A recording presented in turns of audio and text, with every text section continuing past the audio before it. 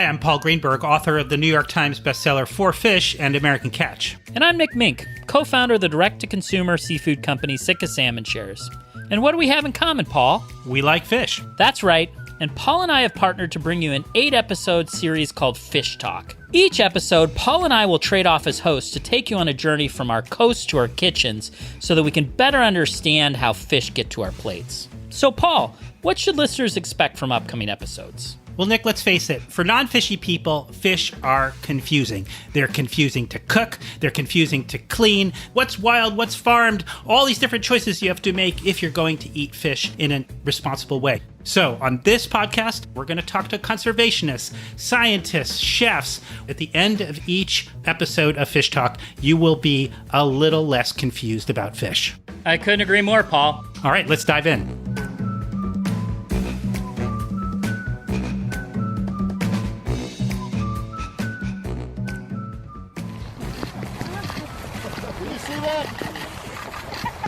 Something got on my shoe.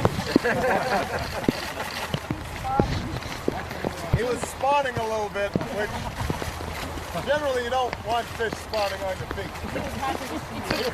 I said he was happy to see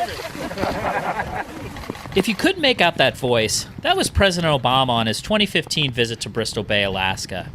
Home to Yupik, Alutiiq, and Athabascan tribal members, and also home to one of the most important salmon runs anywhere in the world. His remarkable trip was meant to highlight the importance of sustaining these fisheries of Bristol Bay and the native Alaskans whose families, traditions, and cultures have been tied to this region and to these fish for thousands of years. We're thankful for the incredible display of fishing skill that has been built up over hundreds of years, and all the folks here engage in subsistence fishing, which is part of the traditional way of life for so many here on Bristol Bay. Of course, it's not just Bristol Bay. Today, Fish Talk explores the relationship between native peoples of the United States and fisheries. For native peoples across the U.S., fish are more than just food. They're extensions of a way of life, a way to carry on tradition, and an opportunity to share culture. I thought a good place to begin this episode would be to catch up with my good friend Rob Kinneen. And, interestingly enough, he got to cook for President Obama when he visited Alaska in 2015. My name is Rob Kinneen. I am a chef in Durham, North Carolina, born and raised in Alaska, and am of Tlingit heritage. Tell us a little bit about what it was like to cook for President Obama. Cooking for President Obama, I would say, is surreal. I got this cryptic email, can't tell anybody, but you might be cooking for the president. As it came to fruition, we have to show up 4 hours early so that they can close the road. And then as we get to the house, we have to leave for a bomb sweep. It was really intense. Probably every guest there could have had a book written on them in the sense of who they were and what they've done for the state of Alaska. The actual meal itself, we were highlighting traditional foods, subsistence foods, and Alaskan foods. That was just phenomenal. Once it got to the cooking part, it was kind of nerve-wracking. There was a Secret Service liaison chef that traveled with the president anywhere in the world that he went. He let me do the job, but they were just constantly like, hey, what's that? What's that? Oh, what do you got there? What are you putting in there? How long did you do that for? And it was crazy. You grew up Tlingit in rural southeast Alaska, and then you became, over the next decade or two, a renowned chef. Describe that journey for us. During this time when I was growing up in Alaska, obviously we'd be on fishing trips, be on hunting trips. As a little boy, I remember picking berries all the time, and people used to come over and harvest and fish during seasons and procure food. So there's a lot of natural environment there. And I think for me, becoming a chef, I started becoming more and more interested in the local food movement. In Alaska, when 96% of your food is imported to the state, and people talk about Alaska being a food desert, I was thinking, well, how could I be from this lineage of 10,000 years and live in a food desert? And that's where I started kind of paralleling local foods and traditional foods and doing a lot of the work around the state of Alaska.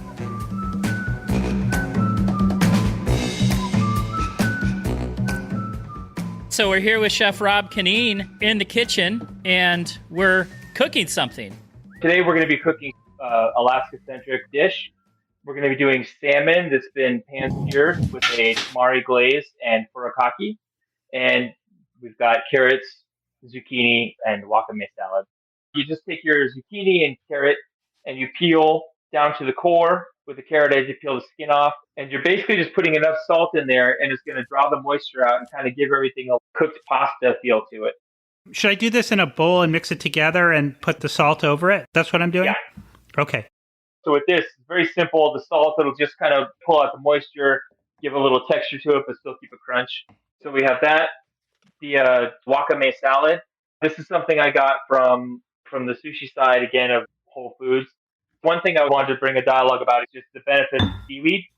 And the really neat part is that trace minerals and vitamins you get from seaweed actually helps pull the vitamin D out of the fish. And when you think about Alaska, that's a big deal, maximizing the omega-3 fatty acids and the vitamin D.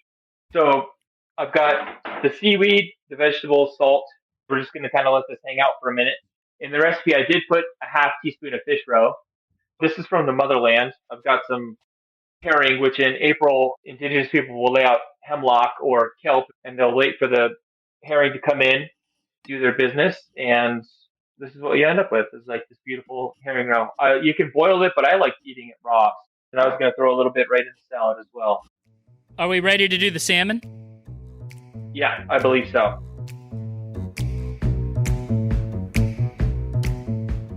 But before we toss the sockeye into the pan, let's learn about how it comes to our plate and the role that it and other fish play in the lives of indigenous people on the West Coast. Let's start this conversation with indigenous salmon fisher and wild salmon advocate Melanie Brown. My name is Melanie Brown. Right now, I'm living on Tlingit in the wintertime in the place that's known as Juneau. And in the summertime, I go to Bristol Bay, where my mom is from, to go be with the salmon.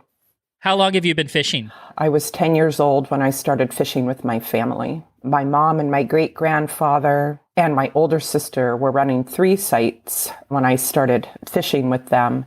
I've missed a couple of seasons because I have 2 children, and they were both born in the summer. But for the most part, I've been fishing every season since I started in 1979. And does your family participate both in commercial fisheries and subsistence fisheries, meaning fish for market and fish for yourselves? Usually, instead of setting out an additional subsistence net, we pull what we need for the winter from our commercial gear, and then we put that away in our freezer. Are you generally catching red salmon or sockeye salmon, or what kind of fish is the primary run in the Naknek River? In all of Bristol Bay, the primary salmon species that's targeted for commercial use, but also it's the most abundant of the salmon species that comes through Bristol Bay. The landscape of Bristol Bay is just so ideal for sockeye. Sockeye salmon are what we get most abundantly. But when we get kings, we're really happy to get those and save those for the winter. This episode of Fish Talk is about the importance of fish and fisheries to Native peoples in what is now the United States. Do you want to tell us about your background being a Native resident of Alaska? Sure. I grew up being told that on my mom's side, I was Aleut. And then it wasn't until later when I started attending the university in Fairbanks and learning more about my culture from an academic viewpoint that the language map didn't fall in line with where the delineation of Aleut people was. The Aleutians. Bristol Bay is pretty far east of the Aleutians. But it was later that I came to realize, wow, before people were required to have an address or a town where they could enroll their children in school, people migrated quite a bit to follow game and fish and forage. People would go to where they needed to go to get their moose in the fall or their fish in the summer. I finally came to realize that my people from my mom's side had migrated toward Bristol Bay.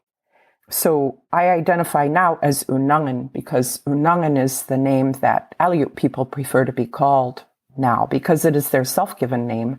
It's not a name that was imposed upon them by the Russians. So I identify as Unangan, but also Sukbiak, because my great-grandmother's people lived in Kodiak. But when the Katmai eruption took place, that really disrupted the movement of people. And then soon after that, the Spanish influenza happened. That was an incredible disruption because people in the prime of their lives were the ones that fell ill and died. And it was elders and youth that were left behind. So my great-grandparents were left to raise themselves after the Spanish influenza. But my great-grandmother was sent for from Levelock to marry my great-grandfather in Naknek. And they made quite a life together. And they were both cannery workers initially, but then became fishermen. My great-grandfather started fishing during the sailboat era. And I continue to fish the site that my great-grandfather staked out to this day with my 2 children. They're my crew. Do you want to talk to us a little bit about the importance of fish in sustaining you, your family? Speak to it. I guess to say it as simply as possible, salmon are what have sustained my people since time immemorial. Salmon are what make us who we are. I believe that. And I feel like I wouldn't be here if the salmon hadn't sustained my great-grandparents after they experienced such great loss. So I'm really grateful for what salmon have provided for my family in so many ways. And then the salmon, they not only support us with food, but they support the land that they bring nutrients back to when they return from the ocean. And by doing that, they support other living creatures.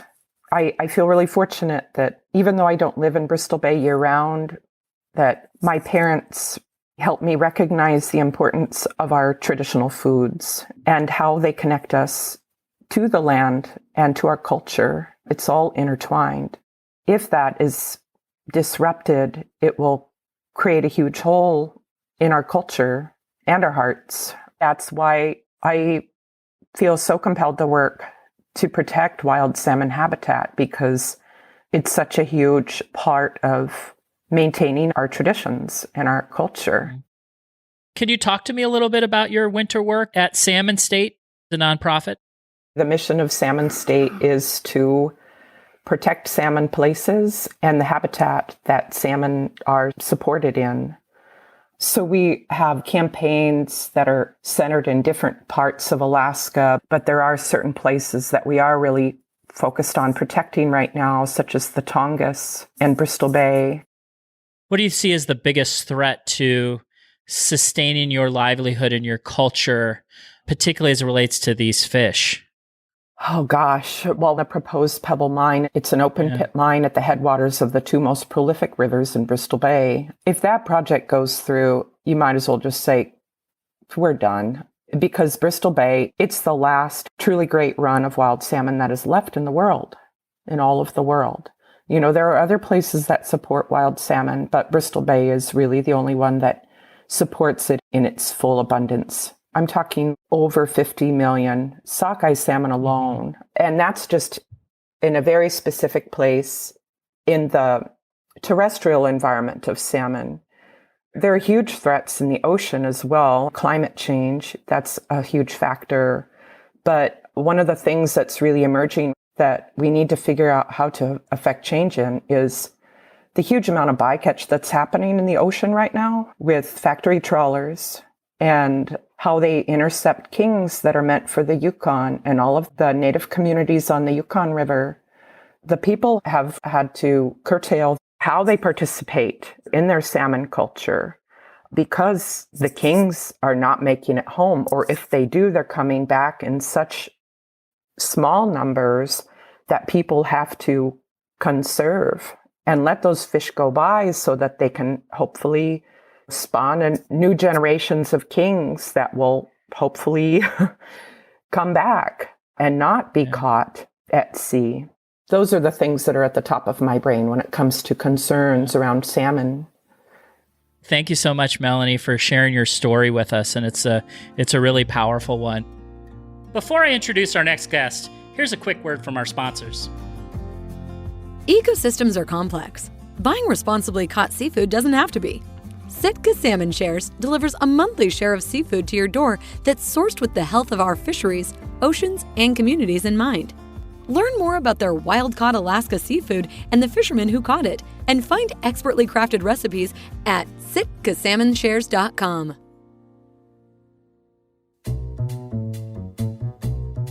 During my research for this episode, I picked up a remarkable book called Indigenous Food Sovereignty in the United States. One of the more delightful chapters chronicled the work of KUA, leading the effort to revitalize traditional foods among native and rural people in Hawaii. Intrigued and inspired by what I read about their work on fisheries and other marine resources, I gave Kevin Chang, KUA's co-director, a call to learn more. My name is Kevin Chang. I'm from Oahu, Hawaii. I work for an organization called KUA Aina Ulu. We are created by a movement, and that movement is around the care and stewardship for that which feeds. Can you tell us how you got into this? How you got into this line of work? It seems like you did a lot of things before you got to be one of the directors of KUA. Yeah, I guess it's important to say that I'm not native Hawaiian. I'm a local person, grew up here. Also, I'm an attorney, but my main pathway towards this work was the community I grew up in that was primarily native Hawaiian and rural. Some were fishermen, some were hunters, some were cultural practitioners. I kind of accidentally got into what people call conservation. So ultimately, I moved into work that was about working with people who cared about the places they lived in and caring for it. So tell us about fish, the importance of fish to rural and native Hawaiians. We were founded by a group of subsistence fishers who wanted to have more say over the management of their fishery because they saw an absence of the government and a need to rebuild values that they grew up with. And embedded in those values really are a deeper familial relationship with the environment, but also and they're just very practical. If you lived on, say, like the island of Molokai and you relied on a fishery, and every day you saw fishers from another island coming into your area that used to be yours to manage and just taking it all, right? Our folks in rural communities, really subsistence fishing is a real part of their life. I mean, that's how they feed themselves. What specifically has taken place in the last decade to bring more local management to some of the more rural places in Hawaii? In the 90s, they successfully passed a law that is supposed to allow a subsistence community to collaborate in management over their fisheries. And in the past 20 to 30 years, they've actually created the first one. It's taken this long, right? So there's the fisheries, and then there's been a growth around indigenous aquaculture, or what we call in Hawaii, loko i'a. Loko being like a pond, i'a being fish that sit in the estuaries of watersheds, basically, and have this kind of perfect environment for growing food fish, which are in Hawaii mostly herbivorous fish. Right now, we're talking about how these fish ponds can bring more life back to our near shore. Because the problems we're seeing on the near shore is that our herbivorous fishery has gone down, and so fish ponds cannot naturally recruit those fish unless we develop some hatchery or some kind of way of bringing them back. So basically, they're fish ponds that have been kind of created out of a little estuary where fish are able to swim in, and then people use these ponds to grow those fish naturally. Is that right? Mm-hmm. They take advantage of the tide, so it follows the natural flow of the environment. The small fish come in, they get fat, and then they can't get out, basically. Are there specific examples of those local ihas being rehabilitated? Because some of these are hundreds, if not thousands of years old. Is that right? Yeah, they're evolving from first as a cultural restoration to education and outreach. Now they're talking about actually growing fish and building that capacity. The model has to be, how do we fit it into restoring our near shore? So they're exploring with other things too. There is at least one or two ponds who are exploring commercial oyster.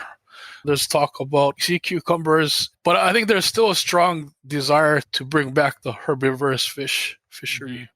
The other thing that I got to learn about in researching KUA, the importance of seaweed and the different seaweeds in Hawaiian food culture and the restoration and the revitalization of that. Limu, correct? Limu, yeah. So some fish ponds too are also trying to grow limu.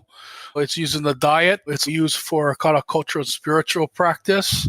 We also facilitate a group of mostly elders, limu gatherers, who are interested in bringing back the understanding of it, but also restoring it to our environments. The way we have developed our lands in Hawaii really has diminished the capacity of our near shore to grow limu, because limu needs fresh and salt water.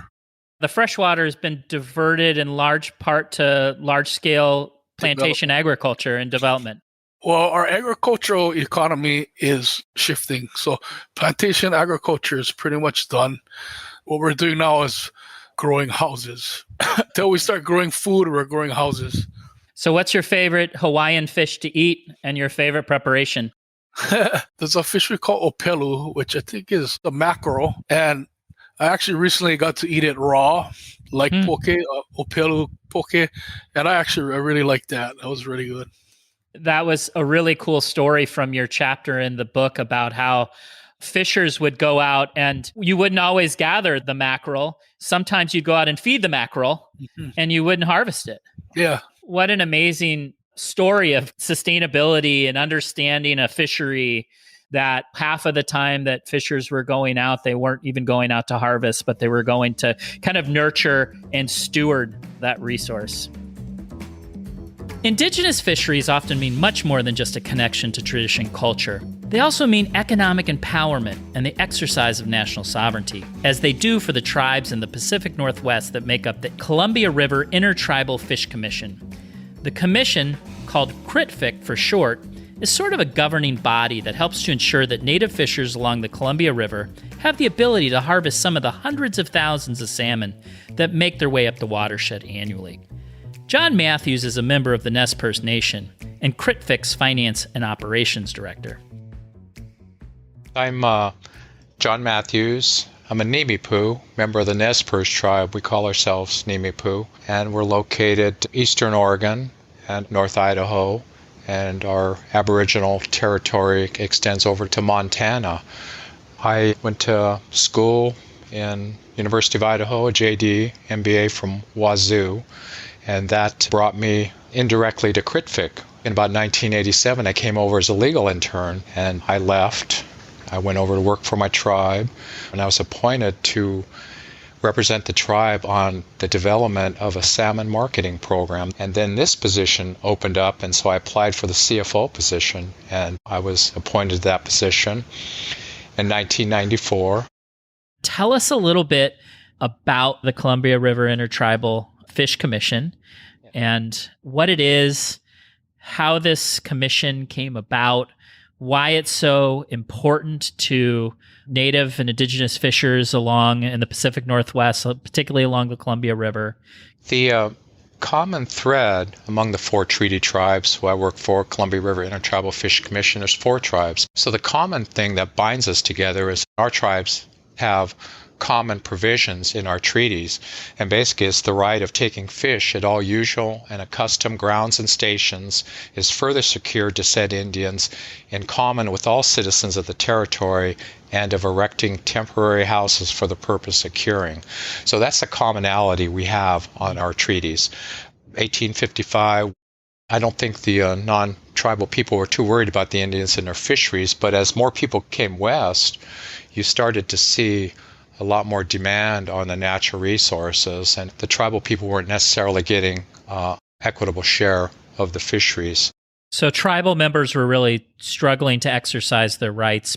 Yes, it clarified a number of different issues when the Bolt decision slayed Gordon, I think 1974, and the Bolt decision noted that it was pretty clear that we are entitled to 50% allocation of the fisheries running through our respective streams or areas. It also helped given this ability to participate in a fisheries management plan for the Northwest. I think that's the big thing, is we have a say in the Columbia River fisheries. Can you just walk us through it? What's your average fisher's day like? Even before the season, the fishers are working hard, repairing nets, repairing their boats, doing those things that'll make sure that their boats are safe and that their nets are good quality conditions so they don't have big gaping holes in them. So a lot of them do a lot of prep work, and they'll usually during the fishing season set their nets in the evening, come back early morning and pick their nets and pull them and bring them to shore, and then they'll decide where does the fish go. And then after they're dividing, it's like get some sleep and go back the evening. Jon, I find it really fascinating that your commission uses modern forms of business to perpetuate some of these more traditional fishing traditions. You think you could speak to that for us for a few minutes? Yes. I was appointed CFO position in 1994. And about a year later, in the strategic planning process, the 4 tribes said we adopted a new goal, and it's to increase the economic value of the treaty commercial fisheries, because there was roughly 1, maybe 2 non-Indian wholesalers along the river, and they've seen the tribal fishers bringing their fish directly off the boats and selling directly to the public. When you're doing that, this fish is probably a lot higher price. I mean, that could be probably $6 to $8 a pound versus maybe 3 or 4 when you're doing the selling to the wholesale buyer. We recognized and tried to build upon the over-the-bank sales. That's what we call them. We got the press out, developed some human interest stories. Why do you fish? Why do you do this? And a lot of fishers, I've been doing this my entire life, and it's not my main income, but it supplements my income, and I teach my children and grandchildren the importance of fishing, this tradition. And that was like all of a sudden, hey, we can do this. And so we build upon that. Since that time, we've bring about 8 to 10 buyers to the river, and we strategically place them, and they compete. That's one alternative for the tribal fishers to move large poundages, maybe 1,000, 2,000 pounds, and they still have the over-the-bank sales, a lot more selective, slower sales, but still the margins are really great. We also expanded into farmers markets. Certain staff go over to farmers market and sell there, and that way they kind of divide up their product, kind of a diversifying your product line. They may dry fish, some of them dry fish. They'll develop their own products, their various recipes, put a label on it. I think one of the big things we've noticed is the tribal fishers, they've listened to food safety, quality handling. They recognize, for instance, the importance of having a federally compliant food safety facility where to process. That kind of gives consumer perception of quality and assurance of safety measures. When we first took over the program, is we recognized that we didn't have a good reputation. We looked at a lot of different things. How do you care for the fish? What are some better ways? We looked at the federal guidelines. We had some University of Idaho, Washington State University profs come over and teach classes and build upon food safety, quality handling. You don't throw your fish, you ice it, take care of it, check your nets fairly quickly in the morning, and just increasing consumer awareness about our quality. And it was tough in those years. It wasn't popular. I mean, it's like, hey, we've been doing this forever, and by golly, all of a sudden, the buyers were noticing, hey, yeah, that's really good. Yeah, we'll buy more of those fish. And so we never have operated our program as you need to do this or you need to do that. We kind of relied on talking with the fishers and laying out the ideas. And what we recognized is a lot of the old timers, long-term fishers, they'd be the product champions, and they'd go, this is a good idea. You young people, you need to do this. We should do this. And there's benefits here. It's kind of interesting how that works. Why is this all important? What does it mean to the tribes that participate in the commission? We recognize the fish are an icon of the Northwest. There's a lot of people that appreciate the fisheries by either fishing or recreational activities. We're trying to ensure the survival of the species. CRITFC has worked hard on returning the fish so that we have enough for ceremonial, subsistence, or commercial reasons, and that's how it's always looked at too. It's always commercial is the last. We're really thankful, Jon, that you're able to share your story and your work and talk about what you guys are doing to ensure the viability of these salmon runs and the ability to have access to them continues in perpetuity. Sure. Thank you. With all this talk of salmon, I think it's time for us to return to my co-host Paul Greenberg and Chef Rob Kinneen, where we continue cooking our Bristol Bay sockeye and hearing from Rob about native fisheries and traditional foods. Are we ready to do the salmon? Yeah, I believe so. All right, so salmon, I skinned it and thin-boned it last night. Ready to go. Okay, so skin off. That was a question of mine because I sometimes like to cook with the skin on. You could do that if you like. I would probably start on the skin and sear the skin. Okay. Yeah. Should I scale it or should I keep it unscaled? I would scale it. Personally. Okay, I'll scale it. I'm scaling right into the microphone so you can get some scaling sound effects. I always enjoy salmon skin on. It seems to keep the fish from overcooking, and I like the ability of the skin to make my culinary mistakes go away. So you think I should do skin side up or skin in the pan first? I would go skin side down and just crisp it up a little bit. The idea was also just to kind of add a little texture to that with this furikake blend. It's a kelp seasoning from Barnacle Seafoods, which is based out of Juneau, Alaska. So Rob, furikake, for people who've never had it or heard of it, what is it? I would call it probably a traditional like rice condiment, kelp, sugar, sesame seeds, salt, and bonito. Furikake just on the belly side or on the skin side as well? I was going to do both sides. I don't know if it'll stick to the skin. I'm going to do the furikake only on the meat side, and the skin side I'm going to leave plain. How much oil, Rob? A tablespoon. And do you have an oil preference? I'm using grapeseed oil. Getting into your 40s, you have to start paying attention to your health a little bit more. Absolutely. All those years of abuse kind of start catching up with you. They do. So grapeseed is just something supposed to be nutritionally beneficial and a little better for you. To me, it's neutral as well. I'm going to go fish in the pan here. Let's see how this goes. Looking for that little sizzle. And it's kind of a sweet spot where you want the skin rendered or you want the furikake not burning. So how long altogether? I'll let it go for probably like 45 seconds and just drop it in your pan. If it's sizzling, don't move it. Yep, it's all good. So you should be getting a little bubbling. I'll just kind of make sure there's some oil swinging about. Have you guys flipped yet? I have not flipped yet. I was thinking about it, though. Before you flip it, the tamari, if you just kind of drop it over, and what's going to happen is you're going to get a little sizzle. Now you're going to want to pull out excess oil. Okay, I've got the tamari going in. Okay? And you're kind of watching it boil and bubble and kind of concentrate on that. That's when you want to flip it. Oh, okay. And what you're doing is giving a nice glaze over the fish. I've got a nice kind of caramel color over the top. The tamari has reduced down quite a bit. So it's kind of almost a glaze over that and then on the back side of the fish. And I'm letting it just sit in the pan and kind of go for a nice medium. You can pull it a little sooner and let it rest. That's what I did. I had pretty thin slices of fish, and because of that, I think they probably cooked in about 6 minutes. But it looks delicious. I'm going to show Paul and Rob my creation. That looks great.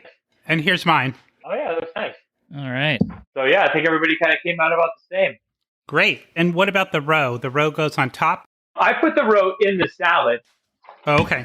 But you could throw a little on top as well. Now, if it had skin on it, would you serve it skin side up? I probably would, but I would still drop some furikake on top of that just to kind of give it a little color and texture. Gotcha. You spend all that time crisping the skin up. I think that's a good idea. So, Rob, are we allowed to take a bite? I'm like really hungry now. Are we allowed to take a bite? Yeah, right? Absolutely. The salad is delicious. Oh, the flavors, the soy and the sesame and the furikake and the tamari all just go really well with this salad. The fish is delicious. I agree with you about the furikake. That is a really nice thing, and I'm going to cook with it forever now. It's been a while since I've had sockeye salmon. The fish is beautiful. I love the umami from the seaweed, the crunch of the sesame, and a little bit of that sweetness from the tamari glaze Just goes incredibly well with the carrots and the zucchini and the seaweed salad. What do you guys think? Paul? Totally thumbs up. This was a pleasure to make and a pleasure to eat. Didn't stress me out, even though we had multiple things going on. And really, we put this together in about 4 minutes. So, I mean, good food doesn't have to be elaborate. It doesn't have to be esoteric. It just has to have really solid ingredients. And to me, that's the future of seafood. Where is my child going to get her fish from? And her children. Those are the things that are important to me and really are the dialogue that we should be continuing on.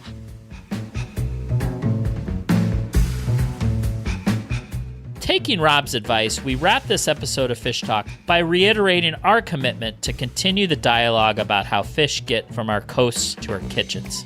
We look forward to you joining Paul and me for the next episode. See you soon. Hey everyone, Paul here with a quick fish tip. Did you ever want to cook skin-on fillets but find that the fillets have the scales still on them? Well, if they're frozen, what you do is take it out of the freezer for just a little bit of time.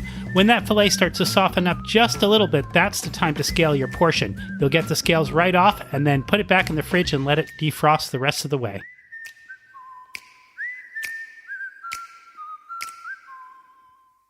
Experience the real-life struggles of small-scale fishermen in the new documentary, Last Man Fishing. Narrated by best-selling author Mark Bittman, the film explores the growing tensions between corporate interests and small-scale fishermen. Featuring conservationist Carl Safina and author Paul Greenberg, Last Man Fishing calls to question the ethics of the seafood industry and its impact on fishermen and the ocean. Watch it now on iTunes, Apple TV, or YouTube. Learn more at lastmanfishing.com.